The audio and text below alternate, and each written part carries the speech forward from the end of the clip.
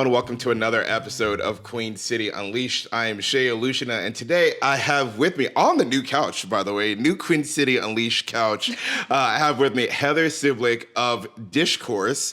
Heather, welcome to the podcast. Thank you for having me. Glad to be here on the comfy couch. Yeah, I know. I am excited. I cannot take credit for this. The wife wanted to update the little home studio. So I took her creative suggestion, and here we are. So very nice, comfy couch. But I'm excited to chat with you about your business, DishCourse, but also all things Charlotte as a Charlotte native now. So let's start with that. Your background. Where are you from originally? What brought you to Charlotte? You're from the Midwest? Did my Googles, I think? Yes. Okay. Midwest Princess, of course. Is that a thing? Yeah, Chaperone. Oh. Chaperone, Midwest Princess. Okay, see, I know who she is. I don't listen to her music. So did she coin the term? Yeah, pretty much. Oh, okay. Midwest Princess. Yeah, I'm originally from Michigan, so my Midwest Prince, is that? Yeah, pretty much. Oh, okay. Midwest Prince. We all are. Okay. But yes, originally from Wisconsin, so across the lake. All right. Born and raised there, and I ended up here for a boy. Womp, womp, womp, womp. Oh, no. It's a tale as old as time, though. I think a lot of people come here for a lot of different reasons, some for work, some uproot their lives because they think it's going to fix their relationship. Whoops. Doesn't always happen that way. But no. Not to get too real too fast, but it was not a good situation. Okay. But I think I learned a lot about myself, and especially after being born and raised in the Midwest and finding comfort there, moving across the country put me into a very precarious and uncertain situation, especially when I didn't know a single person, and after a month of living here, that relationship ended. So the one tie that I had to this community was no longer in existence. So you were flying solo. I was, and I was at that fun crossroads in life that I'm sure we've all been to, where we have a very major life decision to make. Yep. I go this way and I retreat, back to familiar, or I go this way and I embrace starting over and new. And I decided, obviously, to stay here. Some people don't care. This is something I'm very passionate about, and I want to give you kudos for sticking it out. People think I'm a hater when I say this. I do not hate on people who stay or go back to where they're from. I don't hate against it. I just have seen the value for myself and so many other people, like you're saying, that when you leave and really put yourself in a different community than where you're from, you learn so much about yourself. You grow so much as a person because everything's unfamiliar. You have to figure it all out for yourself. So kudos to you. I'm sorry the situation happened, you're clearly you're clearly in a great position now. So when you first got here, then what was your first thoughts on Charlotte? Were you like, seems like a cool city? Is that scary? What were some of those emotions when you first get here? All of the above. I mean, this is really funny, but I didn't really remember this until after I had moved here, because I really have everything here. So I have, one of those boxes with all your childhood memories in it. And one of them is a piece of paper that I wrote when I was a senior in high school saying, where would you want to end up after high school when you grow up or whatever. And I put Charlotte, North Carolina. I'm not kidding. And so you put it out there. I did put it out there, and I think the universe has a fun way of making things work out for you. So even though it was a weird situation, I loved the idea of Charlotte. And I had never been there. And at 18, I had actually never seen the ocean before. I was a total landlocked Wisconsinite through and through. Wow. But I was like, Charlotte, man, it's growing. Well, that's interesting. The water, was Charlotte popping then? Mm-mm. This was in 2012. So then what part of Charlotte? Geography. I love the geography of it. Yeah, the mountains and the beach. And both those two things are something that in Wisconsin is we don't really have. Interesting. And it was so different. And I think in the back of my head, even from a really young age, I always liked the idea of embracing something completely foreign to me. So yeah, we got here, and as soon as I did, I fell in love with it immediately. What part of it? So for us, we moved here 2 months after COVID and couldn't do a lot, but our apartment, the pool, ours actually open. And so our first interaction with Charlotte was the people at our pool that became like we saw them all regularly. And that's like our big friend group here in Charlotte still. And so it was the people that we fell in love with because a lot of the things to do we couldn't do. Yeah. So we were drawn in by the people. Was it the people? Was it the food? Was it the activities? What was it that you fell in love with? I think it was this sense of, I guess I had felt like I was wandering for a lot of years. And then as soon as I came here, it felt like home. And a lot of it was all those elements you just described. But I have really made like a chosen family here that I had nothing close to in Wisconsin. And part of that is, this is where I could really go on a tangent, but I was a professional performer for many years. And Oh, get into that. yeah. A dancing performer?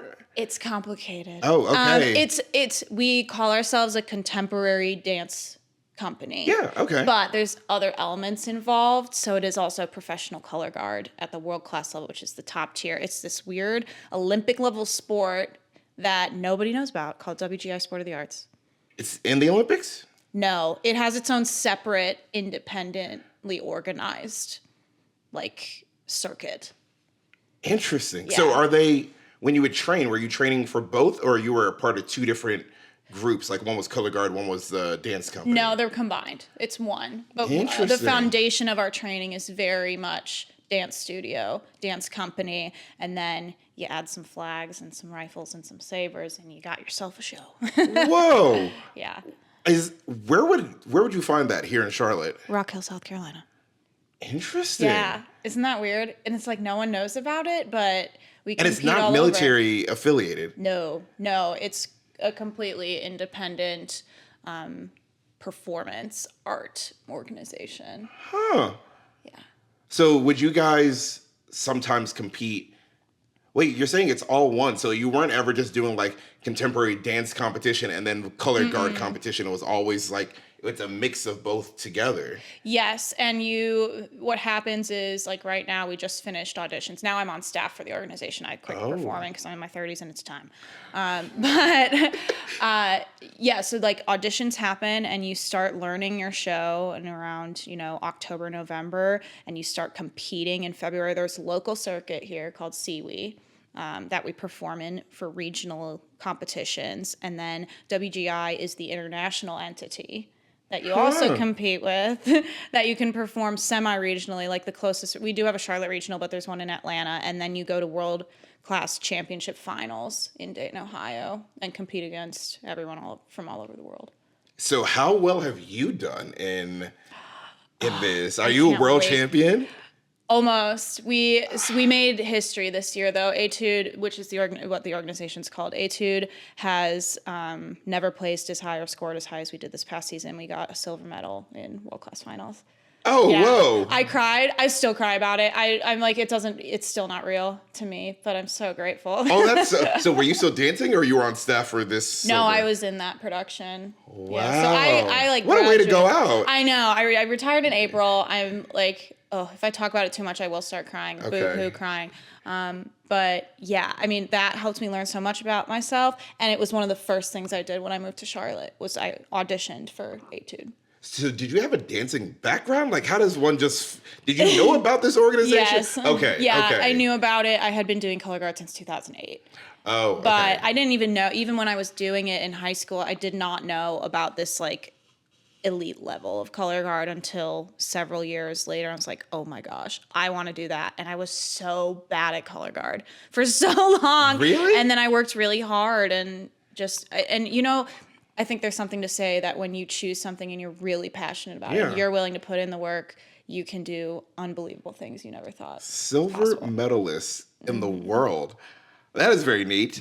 I had a question for you that I was going to get to about hobbies and to ask like if there was like something that you wish you could learn. The thing that I was telling a buddy of mine this recently, that if I had the time to commit to a hobby, it would be like hip hop dancing. I did a little bit of it growing up. Also did some ballroom in high school, but I'll scroll, get lost in the wormhole of like these hip hop dance crews and like their choreography. Sometimes like trying to learn a little bit of a song by Yeah. myself, not to perform for anyone ever. Just And- you. seriously, because some of them I'm like in my mind, I'm like, how cool would it be? You're out somewhere at like a bar or club, and this song comes out, and you and your Like, I three got best this. friends just come out and like choreograph move and just get down. In my mind, that's cool. I mean, I get it, Yes. step up and all the other, but in my mind, I feel like it'd be cool to be able to like have some routines down.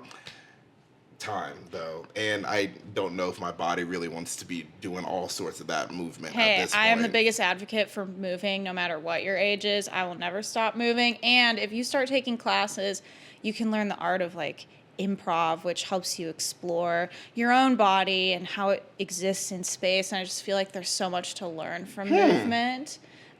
Beyond just having a cool choreographed thing you can bust out on the dance floor. It really is like a personal exploration and inside yourself and outside yourself. Yeah, I think one of the things that I am acknowledging now is I've never truly been super creative. So I feel like that's where sometimes I got stuck. But now it's starting to come out a little more. And so I'd be curious what it'd be like, but maybe I need to go take a hip hop dance class somewhere in Charlotte. Well, so you're retired. Yes. Congratulations. Thank you. hang the outfit in the rafters. I really did. I hung it on my window for like months because I didn't have the heart to take it down. I had my little medal around it, and then I finally put it in a garment bag. And You really did hang it up. I really did. Yeah. Well, congratulations. I had job, to. job well done. What else do you do for fun in Charlotte?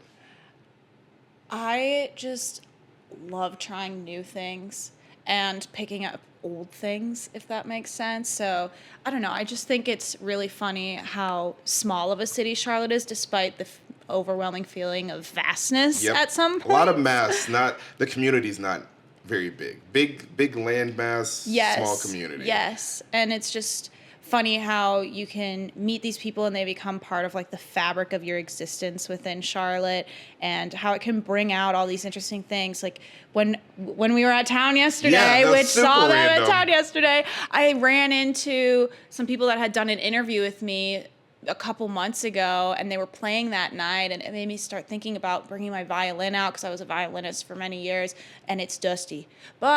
And I pulled it out today. I'm terrible, but it kind of like unlocks these things you didn't think. You think that chapter's closed. Yeah. And maybe not so much, but I don't know. I think to answer the question that you asked that I just danced around horrendously, I think that just interacting with people, I know that's not much of a hobby or a thing to do, but No, it is. becoming like It a is. part of Charlotte is really integrating yourself into the community. And Yeah. that's what I love to do. It is. You say you don't think that's a real answer. I absolutely think it is a real answer because I am a people person. Like I love, like people are like, I'm a little bit of an introvert. And I'm like, no, I'm like 110% extrovert. And I love being out. I love going to like a random place and sitting and crowd, like people watching until I get to have a really cool interaction with somebody. And I think getting to learn the city and just be out and about and enjoying the vibe of the city is, to me, I think that's a hobby. That's something fun to do. Are we going to see you in an orchestra at some point with the violin? Who's to say? Maybe. I never say never to anything, but I'm certainly not going to be auditioning for the Charlotte Symphony because I've seen them. They're crazy. Oh, okay. I think it's more like a for fun in the comfort of my own home. I play soccer every week. When we got down here, I think midway through COVID, my buddy was reminding me this. I commented on his picture about something. He lived here already. And I'm like, hey, I'm in Charlotte. We should like hang out or something.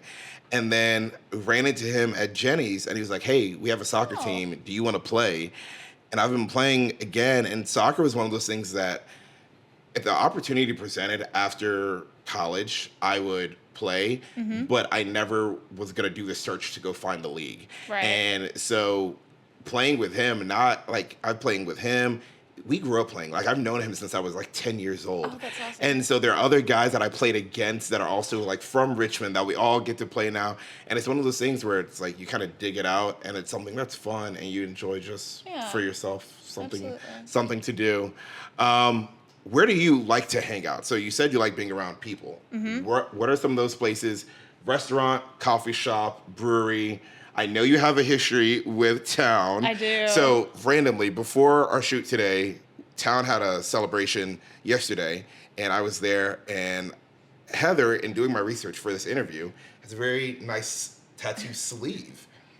And so we're standing in line. I look at my wife. I'm like, I think that's Heather that I'm interviewing tomorrow. She goes, "Are you sure?" And I'm like, before I just called this girl a random name, I'm like, let me look. And I'm like, quickly ran to Instagram. And I'm like, no, that's the same tattoo.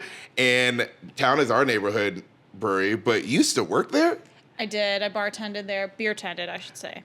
Is there... I've never actually heard someone say beer tended. Beer tender, yeah. Okay. Now they have a full bar, which is insane. I never thought that would happen. I still forget. But yeah, I was a beer tender there, and I have friends that work there now that have been there since Town opened 6 years ago. But it has become a staple and another piece of that fabric of my experience in Charlotte. Yeah. It became one of those first places that felt like home and like a safe space. And now it's one of those, I am absolutely a regular. And it's one of those things where you walk in and you're like, oh, hey, it's Jess. Oh, hey, it's Matt. You know, it's a safe, comfortable place for us. And now my husband runs the tap room, and it's part of the family now. So, I mean, there's a check coming from Town, Yes. literally part of the family. Thank you. So, besides Town, what are some other areas that you like to go just kind of hang out in and spend time in? I think as I have gotten older, like I love South End to death. There will always be like a place in my heart for South End. And there's still like lots of cool development happening there, and it's going to continue to grow massively. But in this chapter, I really love Plaza. I really love Plaza Midwood. There has been a lot of Plaza love. Like the last 3 or 4 interviews we've done is a lot of Plaza love. Yeah. Are they all old people like me? No, no. That was not a hesitation. No, I'm not getting in trouble. With the great guests we've had, no. But I think it's just a lot of people have a very similar sentiment that like South End does have. We were in South End our first 2 years here before we left, and it does have a college-y, younger vibe that Plaza's a lot, not even just Plaza, but even Note, a lot of the other neighborhoods have more of a laid-back enjoyment feel, that everything doesn't feel like we're bar crawling every day or brewery hopping. And like it's always going to be busy. Like there are moments where you can go to Plaza and it's relatively, quiet. It's accessible. Chill. Yeah. Absolutely. There's no expectations. Love that. So we're in Plaza. We were just in, our friends came into town, and we were at Whiskey Warehouse, hanging out up there. Where are some of your spots in Plaza? Workman's Friend, my top tier location. They're also a DishCourse partner, so. Which was, here's another tangent. Funny story about how that partnership came to be. Did you hear about the Secret Gardens of Fourth Ward? It was like a tour. They sold tickets, but it's basically all these beautiful homes in the Fourth Ward open up their backyards, and there's liquor vendors and all this fun stuff. Was this? And it was over the summer. Oh. Yeah, and it's just gorgeous gardens. And I ended up in this garden, and it was a beautiful pool and a huge outdoor fireplace. And I was just admiring all of it. And I was like, oh my gosh, who the heck's house is this? Come to find out, it's one of the owners of Workman's Friend. And I have been a long time lover and admirer of Workman's Friend. So I was like, I gotta talk to this dude. Yeah. So I told him about DishCourse, and we really hit it off. And I was like, yeah, like let's talk about a partnership. So that opened up the conversation. I went there, met with the management, and they have been amazing. Awesome. Love them. Awesome. Okay. Got to do a plug for Workman's Friend. Okay. Shout out to Workman's Friend. And where else? In Plaza, obviously Thomas Street Tavern. Great spot. Have you been there? I have not. So this is our thing. We're on the west side of Charlotte, and literally because of all these interviews and everyone talking about Plaza, we're like, we need to go. So when our friends came to town like a couple weeks ago, we went to Plaza and walked around. Like we actually walked like way back into like the neighborhoods, like the houses. Yeah. So we're trying to like explore more. We need to just go out and like, I feel like we need to say officially like our next date nights have to be in Plaza. So that way we have to go spend time there. Yeah, go explore. Cabo Fish Taco, Clutch. Clutch is like a really cute accessory shop, which I obviously love. There's a Cabo in Plaza? Maybe that's Noda. It's no. There's one in Noda. Okay, then that's the one. Okay, I'm gonna say, wow, I didn't know I didn't know another one. Okay. Yeah, pretty much anything on like the main drag. Yeah. In Plaza is. Big fan of milk bread. Oh yeah. I love their chicken biscuit with the jammy egg. So good. I used to be lactose intolerant. Oh. Used to be. So I've that been means you're cured. not. Wow, a I know. blessing. This is probably, you might want to cut this from the finished product, but it was because I was on birth control, and there's not enough studies about how medications affect women. So when I went on, or I had switched it or something like that, and in COVID I became violently lactose intolerant, which was like, I was like, my whole family is not, and a lot of times it's passed down, like it's a genetic thing. And so I was so confused. I was gaining all this weight. My body was changing so much. And then it took years. It wasn't until the summer of 2023, like 3 years later, that I went off of it, quit it cold turkey. I was like, I'm done with this. And I dropped 20 pounds and I wasn't lactose intolerant anymore. Yeah. Whoa. It's my petition for more research into women's health and medication. Because I endlessly Googled it, and there is nothing I saw online that was like, yeah, birth control can totally make you lactose intolerant. So I just spent 3 years not eating ice cream or like dying trying. All because Part of our that. conversation that we had before we started on camera, a lot of things that being a woman in this country is not the easiest. Yeah. To say it kindly is not the easiest. Yeah. Well, welcome back to life. Ice cream, cheese, all the things. That's got to be exciting. Yeah, don't worry, I made up for lost time. Oh my gosh, that is nuts. Like, thank God my husband is lactose intolerant. Not thank God. Poor man.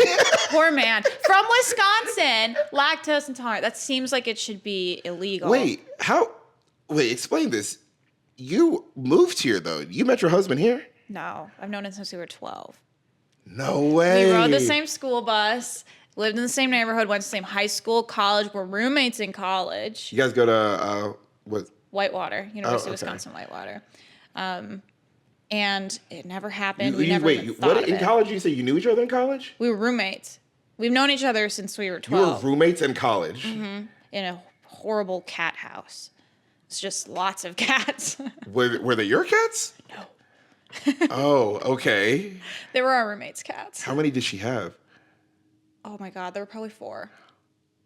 In a college apartment is too many. My dad, my dad talked about this in his wedding speech about the cat house. Like, this is how notorious it became. Okay, that's a lot of cats. That's a lot of cats. For like, if you want to be an adult after college, I'm going to judge you, but you do you. That's your space. Amen. In a shared space in college, 4 cats is... They were bad cats, too. Bad cats. Oh, no. I'm not a cat person. I hate cats. I know. I I have 2 dogs. Yeah. We're in the process of looking at what dog we want to get on the list for. But we do want a dog. I hate cats. Like, I think they are, like, people are like, I love them. My friends that have cats, they're like, well, sometimes they want to they want to be pet, sometimes they don't. I'm like, what's the point of having a pet if you have to figure out if they're in the mood to be loved? I said, just get a dog. The dog's always excited to see, whether you've been gone for 3 days or 15 minutes. The dog's excited to see you, wants to cuddle, wants to play. And people are like, oh, well, my cat's fun because it's like a dog. If the cat is fun because it's like a dog, then you get want the a dog. I don't understand. But anyway. Cat people love cats, though. They really do. It's concerning. And I can't shame them because I'm hosting a cat lovers event next month. So don't hate me. No, I do, like, I love animals, and I get why cat people love cats, the same reason that I love dogs. Or maybe very opposite. I don't get it. I don't. But so you lived in the same, you were roommates. Mm-hmm. Nothing. No. Honestly, we were too busy just like trying to survive. And then what happened that you guys ended up together? Well, so a big reason we ended up getting so close is because we were both in like really unhealthy like relationships and came from relatively unhealthy family dynamics. Okay. And so we trauma bonded really over a lot of things and confided in each other. And it was never like romantic in any way. We just became best friends. And so when that relationship ended, and he had ended up getting out of his unhealthy situation very soon after that as well, I was like, you have to come down to Charlotte. We're going out for New Year's. We're going to celebrate this new chapter together. Aww.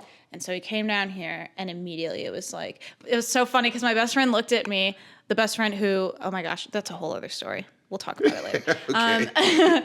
But my best friend that I made when I moved here looked at me and she's like, you guys are going to end up together. You know that, right? And I was like, I never thought of it. It would just. Okay, wait, time out. You invited a man down here for New Year's to kick off a new chapter, and you thought nothing was going to happen? Correct. Heather. The delusion is real. The delulu. I know. Hey, hindsight is always come 20/20. Buy a flight. It's not like it's a 2-hour drive. Buy a flight to come and spend this Stay time in my house. and spend this time with me on New Year's, where New Year's, I feel like there's no other day of the year that sparks more romance, because Valentine is a romance you already have. Right. So New Year's is gonna be new. Who do you kiss? See what happens. And you just thought y'all were just gonna be friends after that. Well, the closer it got, the more I realized how delusional I was. Okay. And I was like, oh my gosh, this is about to be a very new chapter. Because it was so sweet. He came down, and it was 4 days until New Year's that we had to just pretend like we were just going to be friends, because he wanted to wait until New Year's and kissed me at midnight and was like, I'm in love with you. And I was like, same. And then we've been 4 together days. since. Yeah. Something like that. It was crazy. Oh, that's hilarious. And the fact that you thought, okay, wow. No, if I'm all for shoot your shot, because that's basically what you did. Yeah. But do not shoot your shot and think that New Year's doesn't mean it means something. Well, that's awesome. Yeah. Now we're married. With 2 dogs. With 2 dogs. Yep. Awesome. So what are some of y'all's favorite date night spots? If you were like to get all dressed up, dolled up, where are you going? That is such a rare occurrence because we're divey, Wisconsin trash goblins. Trash goblins. A little bit. Like, we just, back home, dive bars are a very big part of our culture. And that's really our preference for date night, is going to find the weirdest little hole in the wall. If we're going to dress up and get all nice, I really can't even remember the last time we did that. We're not very much get dressed up and go, no, okay, we'll go to Charleston, and then we'll get dressed up and be all nice and fancy. But in terms of a recommendation, actually, this is stupid, but when I do get dressed up, it's because I have bougie nights with my friend Andrew. Or I'll do it with a friend, and we'll do like a bougie So the theme night. is to be bougie that Yes. night. It's not even just for the going out. It's You don't like, look at the price. You get the nice bottle. You don't look. You get the nice appetizer. You get your entree. You And get your regret it dessert. tomorrow. Absolutely, yeah. Okay. You can go on your city double cash rewards card. Just forget about that. So Collect your points and move on. I do want to ask you about some of the dive bars then that you like. Mm-hmm. Not going to call them trashy, but the divey-ish dive bar. Yeah. But being around and being here for some years, have you noticed that Charlotte has, even for the really nice restaurants, has a very low-key dress code? Yes. Like, it's not like it is very rare that I'm going somewhere that even expensive places, people are not, like, at least I'm thinking of guys always, they're not like in suits. Like where I'm from, like I remember the really, really nice restaurants, everyone got dressed in like their Sunday best to go to these places. I see people now in like a golf polo and some slacks hanging out at like very nice. And I feel like that's very different for a lot of big cities. Mm-hmm. Yeah, that's such a thing in Charlotte, is just the range of dress anywhere you go. Which is funny because the same place you're going to see dogs out, flip-flops on, shorts and a polo, you're also going to see the girlies dressed to the nines. And they look stunning. But it really, there is a huge discrepancy and a very wide range. There's some restaurants that we've been to dressed up and then been back to that same restaurant very casual. Yep. And it's like same food, same place, same vibe, just depending on what our theme was. My wife had a birthday recently. She wore sandals out for dinner and I was in sneakers. Yeah. And it's like we went to a very nice restaurant and had a ball and it was very casual. It's like I'm used to like, no, you got to put on like a blazer and all this. It's like, no, just go be comfortable. And I think that's something cool about our city, that you can be comfortable in your own skin. Yeah, like, you have the freedom to choose because you can be both those people different days. Get you someone who can do both. Yep. So dive bars that you like in Charlotte then? There's one that I can't say because I feel like it's an industry thing. You know what I mean? Wow, It's like one of we those, have a gatekeeper. I know, I'm sorry. A gatekeeper. Why would you Gatekeep even girl boss. tease I us know. with that? Because it's wow. it's one of those where, like, even if you GPS it and arrive on site, you're going to look around and be like, it's nowhere. This isn't real. And then you go down into, like, an apartment-looking complex, hang a Lucy, and you look and you're like, oh, there's the door. She is really teasing us. You're wow. The ones who know. I know there's going to be someone listening who's like, I know what she's talking about. Wow, now I want to know. Maybe she'll tell me off camera so we don't That's put it true, on. I will. Put it on the record here. Okay, so any that you can tell us about that you enjoy. I mean, you have to give a shout out to the Thirsty Beaver just because of the history. Yeah, there. we literally just did because I think our friends came, we drove them past, and I'm like, there's a bar right here. And they're like, where? It's like apartment, bar, apartment. And they're like, what on earth? I'm like, it's tucked in there. Yep. And we have had friends that'll climb on the side of the Thirsty Beaver and the side of the apartments, and you can fully just, like, hang on both of them. That's insane. Yeah. No, love that place. I brought my dad there. You have to go. If you haven't gone, you have to go. But Thirsty Beaver, $2 Saloon. Where's that? It's in a couple different places. There's the bigger one, which is it's in one of the popular boroughs, and I'm naughty for forgetting. It might be South End. I don't remember. We should Google it. But there's a $2 there, and there's a $2 right by me in East Charlotte. $2 Saloon. Yes. Interesting. I've not heard that at all. It is like a classic dive bar. It reminds me a lot of home, and that's why we like it. It's also 7 minutes from our house. And it's in between our house and the mechanic. So if I ever have to get my tires switched, which for some reason is a lot, I pop tires like it's my job. Oh, no. I blame the roads here. Our roads aren't that bad. I always find the nails. Then I blame the nails for choosing me. I just had to get another tire patch for another nail. Same tire, second hole, and I got in there. He was like, you do know after 2 patches, you have to get a new tire. We can only patch it twice. And I'm like, I was like, so you mean to tell me I could have gotten this nail in another tire and then I still would have had an extra patch in each? He's like, yeah, this is the last one for this tire.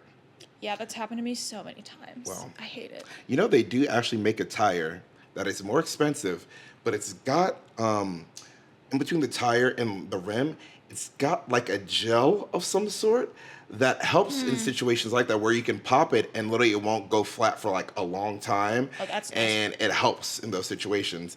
But like that. it's very expensive to Thank get. you. So yeah, I was like, I'd rather just replace the tire and run my luck. In Charlotte, what would you say?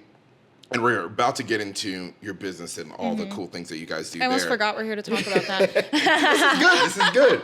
But what would you say are some of the hidden gems that you've discovered either through your business or personally, hidden gems in Charlotte, and by gems, it could be food, it could be experiences, it could be places. What are some of those things that you think make Charlotte unique? And not, people think banking and this like that doesn't make it unique for the people who live here. Like, it's more just a fact of what is here. But what are some of those things that you think make our city unique that maybe don't get enough love? You know what's weird, and I'm going to be so, whatever, but it really is just all the people I've met because, like, through DishCourse we've hosted well over 650 something people. Oh, that's and just awesome. hearing about their life stories and what has brought them to Charlotte, everyone's story is so different and so unique. And what they've brought to the community is so special. Yeah. Like, I've met people who have, Indian dance studios and people who moved here from Haiti to give their families better lives and make these beautiful beaded bags. So it's just like a lot that people bring to the community that often is not in plain sight, but that I've had the honor of learning about because I host these events. Okay, we're going right into it. DishCourse. Yeah. How did you think of DishCourse? Could you please explain it for the people who don't know what I feel like I won't be able to do it justice, so I want you to explain what DishCourse is and how you came up with this idea. So DishCourse is, don't worry, I'm properly media trained for this. I'm gonna say, this is what I know you have an answer Oh, for. yeah. But essentially it is events and experiences for small groups of strangers based on common interests or lifestyles or something that brings them together based on some sort of common ground. I feel very strongly about maintaining the small group number. So really, we only have, the ratio is maximum of 6 to maybe 8, but usually 6 guests for one host. And I feel also very strongly about including and maintaining the humanity as a core part of DishCourse's identity and differentiation. And what I mean by that is that there are a lot of, and this is my disclosure, that all of these things can exist, but they are different offerings. So I think all of the other offerings in Charlotte are great, but the biggest differentiation is that we will always have someone on site to hold people's hands through the experience, because it's weird, right? Like having dinner or coming to some sort of activity-based event and meeting 6 strangers, that sounds like a piece of cake for someone like you or maybe someone like me. Yeah. But for the average person who really just wants to connect with people, it's intimidating. Yeah. And there's a lot of work that can go into the art and craft of making friends in Charlotte, especially when it's so saturated with, opportunities to connect. Yeah. So we really, like, my job is to remove burden of labor and try to deliver something that makes friendship making human, simple, easy. So they're empowered to choose whatever is important to them and just show up, and we take care of everything else. That's cool. Yeah. Right after I heard about DishCourse and started researching it and reached out to you, you posted a picture, and one of my friends who just moved here from Houston was in the picture, and I got confused because I'm like, I don't think I follow her from this page, and I'm like, wait. So I saw her at an event, and I'm like, hey, did you go to this DishCourse event? She goes, yeah. I'm like, how did you find it? She goes, I was looking for ways to meet friends, and like it came up, and I went, and she was like, it was a lot of fun. And I'm like, this is so crazy. I was like, I literally just heard of this, and I have a friend who went and had a blast doing it. Oh my God, who? Her, Portia. Oh my gosh, yes. Yeah. I try my best to remember every single name and every face, or at least somehow. I feel like in groups of 6 to 8, it's actually easier. So much easier. If it was like 20, that'd be impossible. With like 6 people, it's a magic number. You're thinking of them probably throughout, like leading up to the event. You see them all, and then you can remember. Yeah. 6 is manageable. Okay, so you're having a lot of fun with this. Like 650 people hosted is, so doing quick math. Oh no, I done messed it up. Well, you've done over 100 events. Yeah, 125 plus, something like that. I try to keep up with the numbers, but it's hard. Math is hard. And so it's just you. Is this what you do full time now? Whoa. I hope one day. I really do. Like, I would, it's very rare that people get to say that they truly love what they do. And while I do have a full-time job to sustain and support myself and my family and everything like that, if this was my full-time job, I just know I'd be the happiest clam. But not yet. Hopefully someday soon. Hey, I have, so watching it and like doing a lot of research about it and then talking to a friend who did it, I really think there is a huge market for it, not just here, but the country, because how many people are moving to different places and need to make friends, and something like this is going to be curated and where there's someone that's going to assist through that. I think that's something that's I think that is a bonus, that it's not just like, hey, we planned it, show up, let me know if you had any problems, but like you or whoever being there to like walk them through it. I think it's cool. I feel like that'd be something that I actually enjoyed, is like not being one of the 6 people, but like helping to host things. Facilitate it. I love to host. Like we host parties here. We do an Olympics party a couple months ago.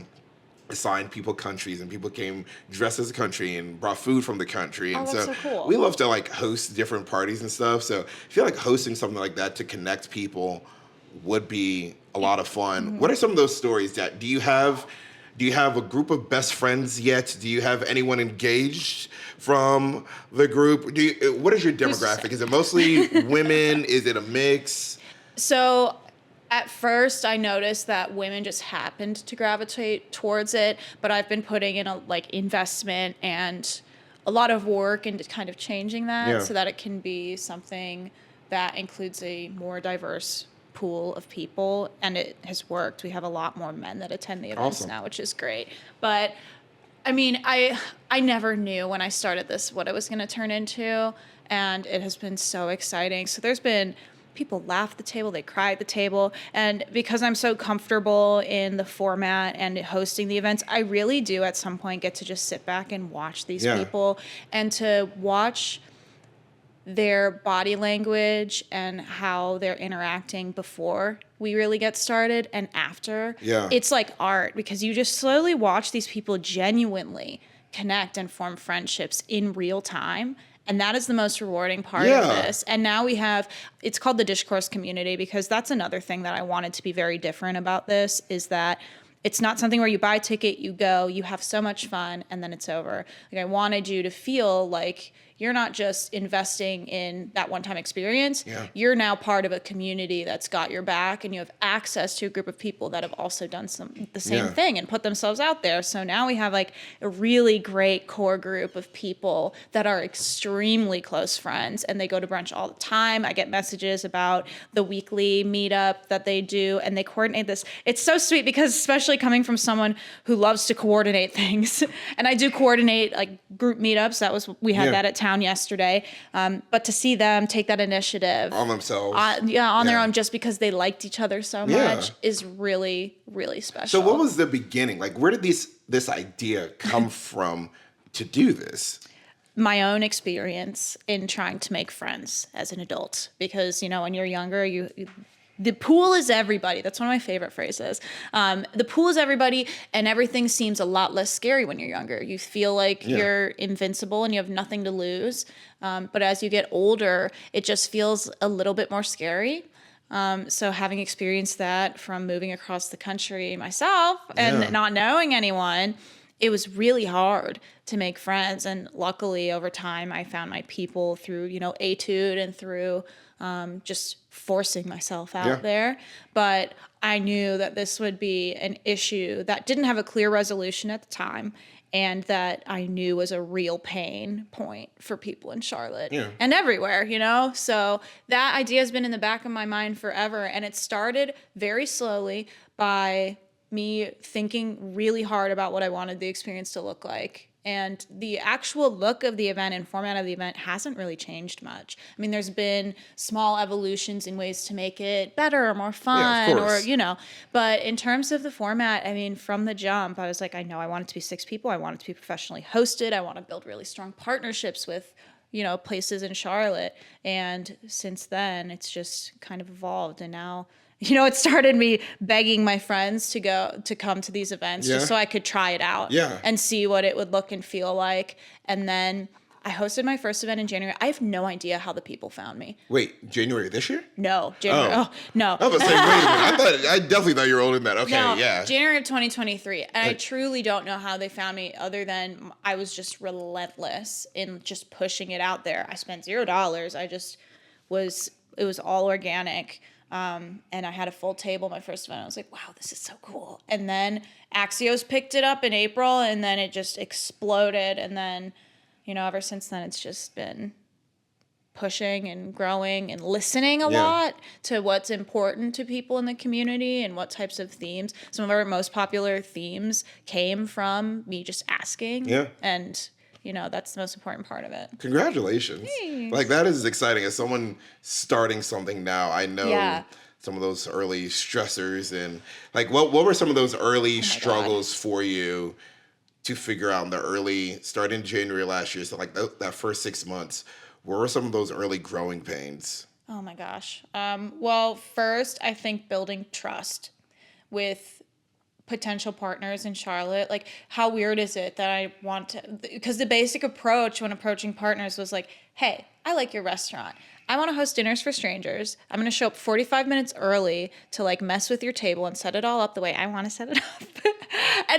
and I would love to build like a custom menu with you. And then they're going to look at me and be like, who are you? Why should we be doing this? And one of my favorite restaurants, may it rest in peace, Bistro Laban, was really our first, and this was in Plaza Midwood. Okay.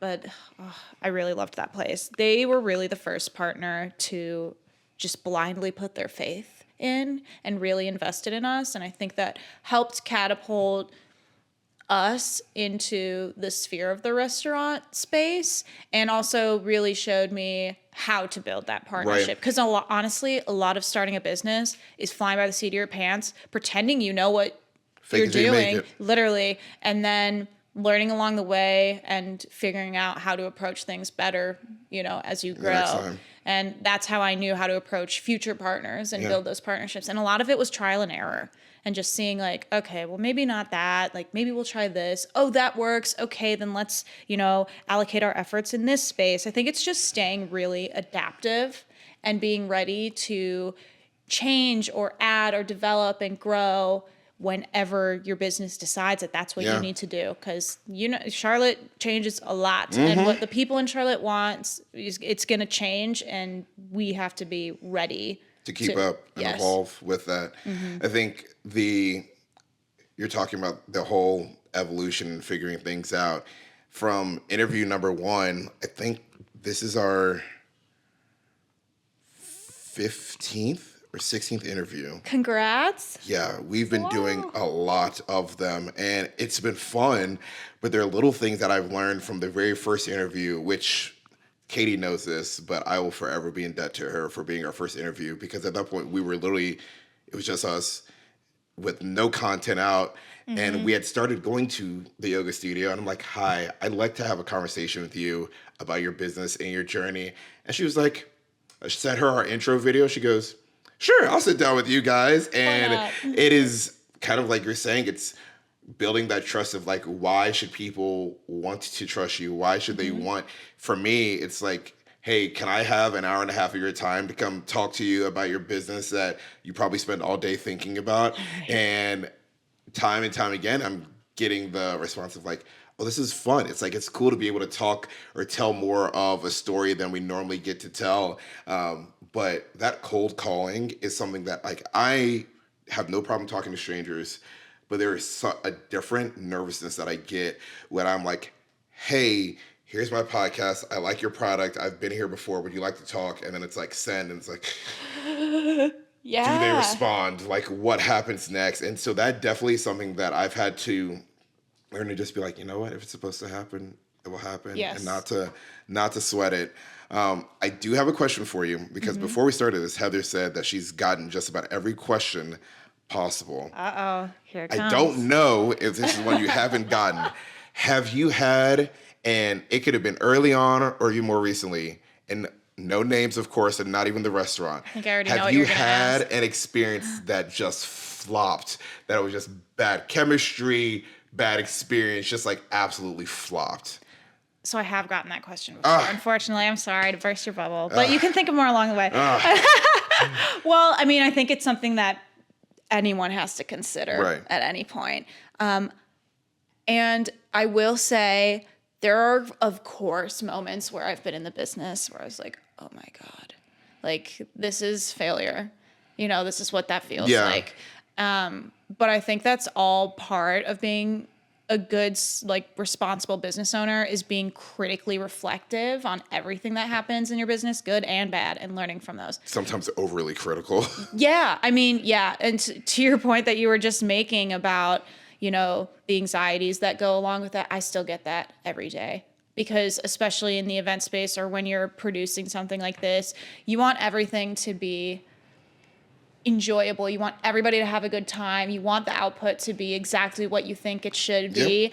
But here's what I've learned. It was something expected, but that I got to see play out in real life, is that you can't control anybody. You cannot force someone to have a good time.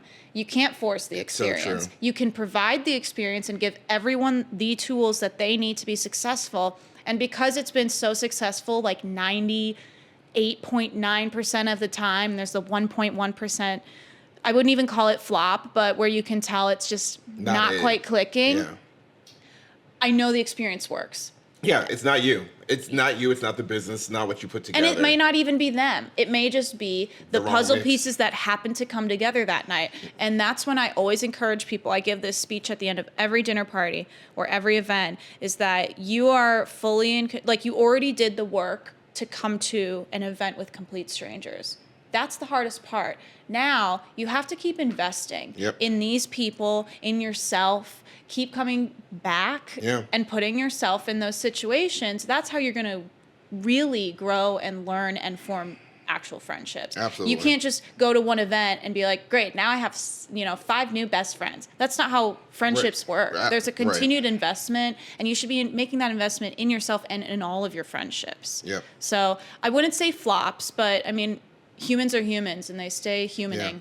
And stay humaning. I think you said something earlier when you came here about your chosen family, and I wholeheartedly agree that being here in Charlotte, I love my family, and that my brother and sister were very close. We love our parents, and actually shout out to them. Happy 30th anniversary to mom and dad, who are traveling right now.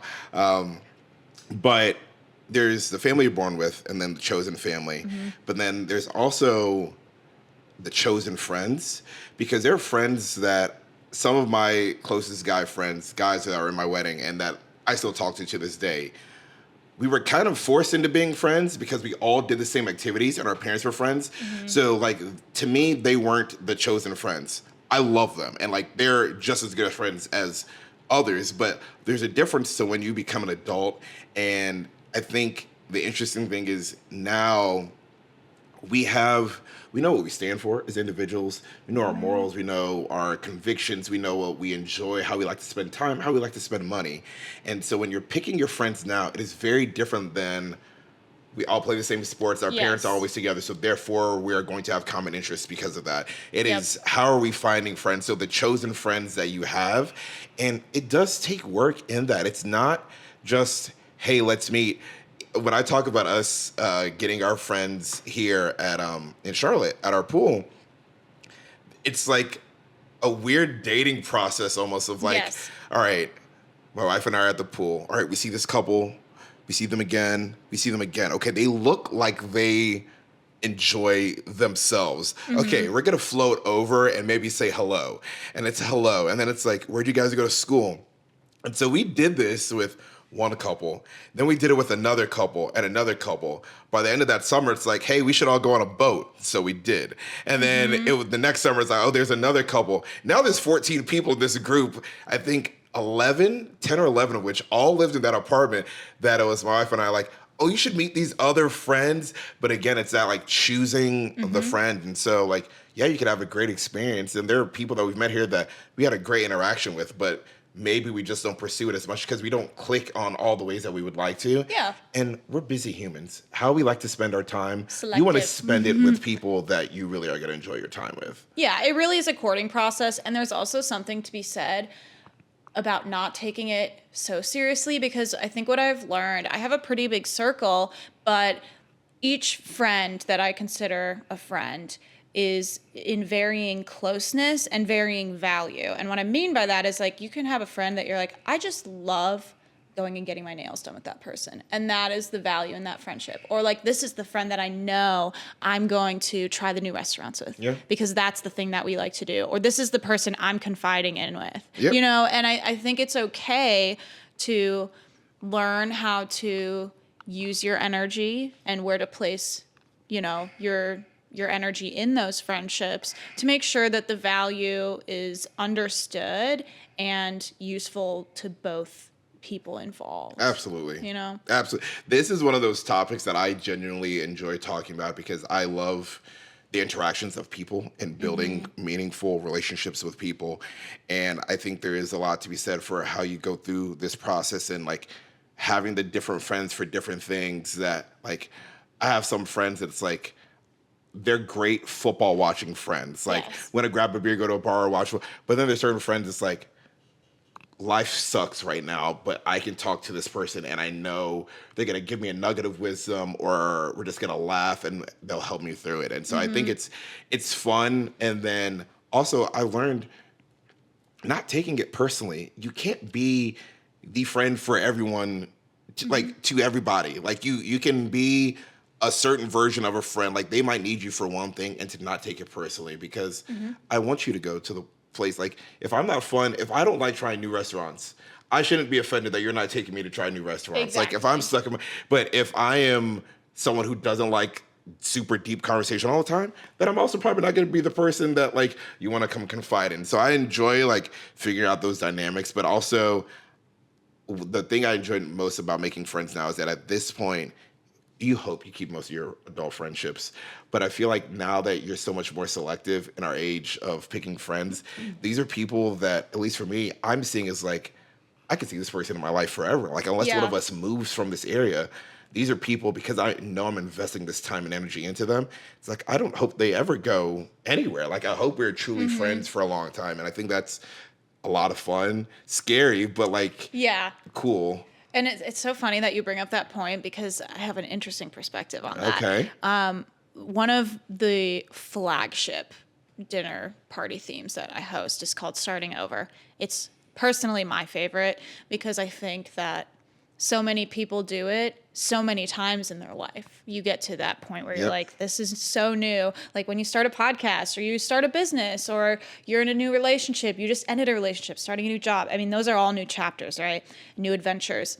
And what I've really learned is a lot of people come to the table, they're just like, the circle that I had, just they went off, and people change and grow so frequently that it's okay for those relationships to change as you grow. So as much as, there were people 10 years ago that I was like, they're going to be around forever.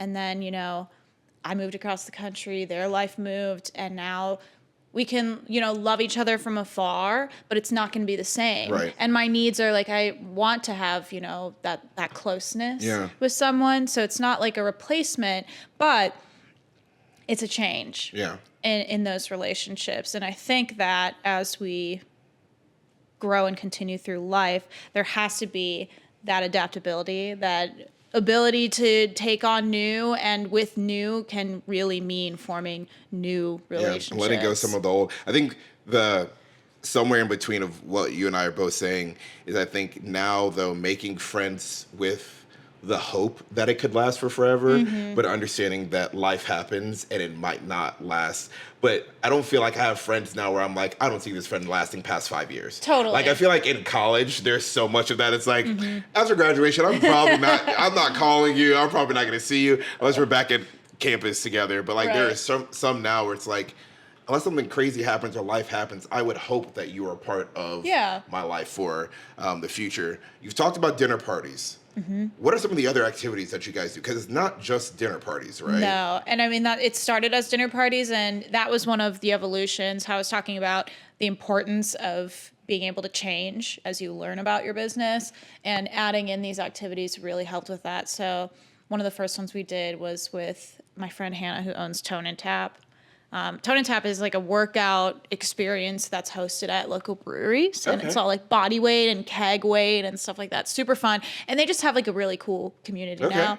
But I worked with her, collaborated with her to have strangers work out with each other and then come on over and, have a couple beers and some pizza with DishCourse. And that was really fun and successful and kind of sparked that, wow, there's so much opportunity there. So we have partnered with Skill Pop. We'll do classes, floral arranging. Next month, we're doing Halloween cookie class with the Sweet Spot Studio. So, I mean, the possibilities are endless. This summer, we did a boat day where I just rented a big old tiki boat and we had a boat day with strangers. And it was so fun. And people I think that's where at the heart of DishCourse is like what I was talking about before, that freedom to choose what's important to you. Right. And if you are just like, I want to meet friends, I don't have, 12 friends to go on a boat with, but I want to go on a boat. Right. That's kind of where DishCourse comes in. Where you weigh in. Yeah. Awesome. What have you learned about yourself throughout this whole process? It is a journey that's continuing to go, and I'm sure it's going to be super successful. And I'm glad I can hopefully be one of the early recorded pieces of content for when you're like, I'm like, I know her, and she's like across the country talking at conferences or wherever. I'm like, I have some early clips, but don't use them against me. But what have you learned about yourself in this process? What is your heart, your goal, your vision for the next? That's one of my favorite questions because I'm such a little dreamer. I just love thinking, and I think that's something that fuels people that are starting a business is the end goal that you can clearly see. And one of the things I've learned about myself because, small tangent, this is not my first attempt at a business. It's like my fifth. And I've done all these projects, tried to produce this or sell this or start this online store, and nothing quite clicked like this did. And it was from the start. And I remember the beginning stages so vividly, just sitting in my little office and looking at my husband and trying to come up with the name for it because I already knew what it was. Yeah. And then it just came into my brain out of nowhere. And I was talking with him because he's way better at that kind of thing than I am. And I was like, come on. Help and me. then it just like flew into my brain. I was like, DishCourse. I was like, that's it. And so just having these vivid memories along the way, I think what I've learned about myself is that failure, the F word, lots of people hate saying it. I love to embrace it because I think it's such an important part of learning about yourself. Absolutely. And that you can really get through anything. All the low points, the lows have not nearly been as low as they have been in my other projects that, are no longer in existence. Yeah. But I've carried so many pieces of those failures into this experience. And one of them actually is here right now. This is a perfect segue to give you a little gift. These little gifts, I always include them in part, like in the DishCourse experience. Oh my God, do I need to open this? You have to, yeah. Oh my gosh. But before you look in it, don't peek yet. But one of the things that I tried to do was a candle company. And I remember trying to learn how to make candles, and it is scientific AF. There's a lot involved with melting temperature. And I remember being really, really into it. But then as soon as I started producing, I was like, this feels loveless. It feels like I'm just producing a good to sell a good. Yeah. And I really didn't like that, which is why when DishCourse happened and clicked, it was because I'm providing an experience that I can watch the value of myself. I'm watching, they buy the ticket, and then when they actually, cash it in at this event, I get to watch the people enjoy and find value in real time. And that didn't happen when I was producing a good. You don't get to see them burn the candle and enjoy the right, candle. and love it. But now I kind of do, because I've brought that skill in, and now I get to craft these candles with love. And now you may love. Oh, now But I hand make these for every single event. It's part of the therapeutic moments of the DishCourse experience, where my whole house smells like candles. It's beautiful. And to watch that go from my little house to the table, and all of them are always themed. What was the theme for this? Kindred currents. So it's about the ebbs and flows and waves of friendships and life in Charlotte. Thank you. Yeah. Thank you. I appreciate this. This is the first handmade gift I've gotten. Yay. I had to you. bring the DishCourse experience to you. Thank you. I appreciate that. I really do. That is so cool. Oh, that's awesome. But I feel because so much of what's important to DishCourse is bringing that piece of humanity. That's something I want to do forever, is to include some sort of piece of me in the business. So as it grows, which I think was your second question, where I see it. Yeah. As it grows, I would love to see this in every major city, and even in the little boroughs that don't get enough love, because this problem is absolutely everywhere. It was back in Wisconsin, back home, it's here in Charlotte, and it's everywhere I've heard of is experiencing. You got it trademarked, right? I do. Good. I do. Good. Watch out. Good. I'm glad to hear that. Yeah. So eventually I do want it to grow to that point. Are you in Raleigh now? I am. Yeah. Basically. Okay. It's still in progress. And like I said before, I want to be extremely intentional. Oh, absolutely. So I am okay with slow. And until it is exactly what I want it to be, I'm not going to be launching in a city.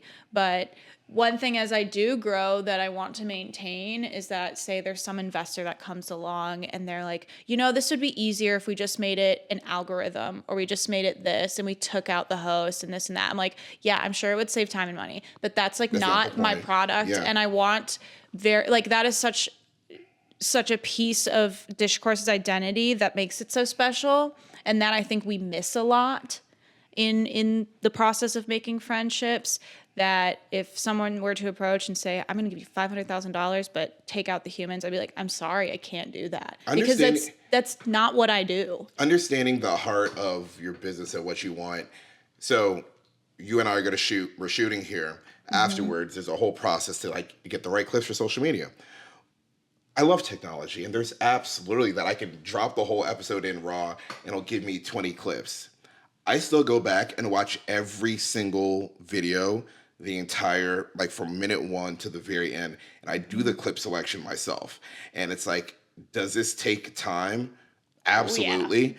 But I feel so much better about it because I know that I want to represent you and your message of discourse well. They're going to be, I'm sure the AI would have some good clips, but there's certain things where it's like, I want the people to hear this and then this. Because if they don't watch or listen, I get 6 clips up an episode. Like, that's going to be the representation of you and your business and what you're about. It's just like, I want to make sure that this clip is perfect for what I think represents them and what they're about. And it's like, yeah, AI can help with that, but there's a touch of it that I feel like, no, this is, if people are trusting me with their time, I want to repay them by making sure I do right by them and portraying them the right way. So I applaud that, like knowing the value and what your mission statement of sorts is. The vision. And it's the people. All right, before we wrap up, what big do you have coming up next, and where can people find you? Are you doing a lot of things for Halloween? It sounds like cookies, holidays. Talk about some of the things you have coming up so people can hear about those things. Especially in the fall, there are so many options now to pick from. And lots of people get very busy. We're finally able to wear pants without drowning in our own sweat. So I get that. But that's where I've remained really adaptable. So we have super fun things coming up. I love Halloween. So we're going to have Halloween cookie decorating class, of course. We have a cat lovers event, your favorite, coming up at Mac Tabby Cat Cafe. So it'll be like you get to hang out with cats and meet a bunch of new friends. Have you done this event before? No, this is new. So what happens if you come back with a cat? Like if you adopt, because this is one of the places you can adopt the cats, right? Yes. So what happens if you adopt a cat? I get divorced. Ooh. I don't know. That's not happening for me. Okay. But for the guests, Okay. they are empowered to take one or all the cats home. Okay. All right. Not my house, not my problem. But we also are doing a dog lovers. We'll do it at Skip Town, meet up, drink some wine, have the dogs can make friends and the people can make friends. Okay. But we do DishCourse community meetups too. Okay. So like the admission into the community is you have to have attended an event. Ah. And then you basically unlock the secret society. I was about to say, I want to come to a community event, but I need to go to a regular event first, Yep, and then, that's how you get in. But it is like a continuous added value piece and how we continue to deliver, more opportunities for people to make friends outside of their event. And it gets people back to the table, which is, the end goal is to just keep putting yourself out there. But we're doing a hiking meetup, and then we're going to do like a fun haunted corn maze or, pumpkin patch, apple cider, all the Halloween stuff. I'm really excited. And people keep asking me to do scare ones, so we probably are going to end up doing that as well. Okay. But this is something that's so helpful because when people move here, I would just give them my list of things to do in restaurants and stuff. But having something like this is like, hey, one-stop shop. You can go here, have dinner, and they will set you up with a whole bunch of great people, and you'll have a ball. And so that is definitely an answer to a need that a lot of people have. Yeah, and like being able to provide themes. We do have, some flagship themes. We do age-centric events. We do starting over, new in town, based on different lifestyles. Child free by choice is something that really exploded in an unexpected way. And that is people who don't want children, or it's like they've left their kids at home? They've chosen a child-free life. They do not have children. Okay. Yeah. And I think that's important for people who live that lifestyle because it is hard to find people within that lifestyle. But then we also have events for parents. So I want to make sure that everyone has something that they can do. Or if they're just like, heck yeah, I want to go paint some Halloween cookies. Like that's why not? Stuff. Yeah, why not? It's about meeting people where they are. Yeah. Yeah. All right. So where can people find you? Yes. Social media, website, all that thing. So that way we can get some QC Unleashed people out to our DishCourse event. Yes, please. So on social media, I am at DishCourse_CLT on all the things, except Facebook where it's just DishCourse. Okay. But website is dish-course.com because dishcourse.com is like $1,000. I know. Does somebody own it, or some entity owns it? Like some domain website owns it. Oh, and I'm not dropping that. coin right now. Okay. But dish-course.com. Okay. It's my Awesome. website. Yes, you can buy tickets there, and if you have, like, I love hearing what people think. If there's any themes that you would love to see, or like, oh my gosh, this one, you know, I'm always open to that. I have some for you. I'll tell you after we finish. Yeah, I've got some ideas for you. But Amazing. Thank you so much. Yeah. This has been a lot of fun. I am glad that we got to sit down and chat. I'm bummed I did not get a good question off that you have not heard yet. I'm going to think of it in like the middle of the night and then text you in the morning. Please and be like, do. I thought of the question. But thank you so much. Yes. And I appreciate this. This Yes, means a lot. of So course. thank you. Thank you. And just in time for fall when it Yep. gets cozy in the house. So thank you so much. Thank you all for tuning in and looking forward to bringing you this episode and many more. But for now, Queen City out. Thank you.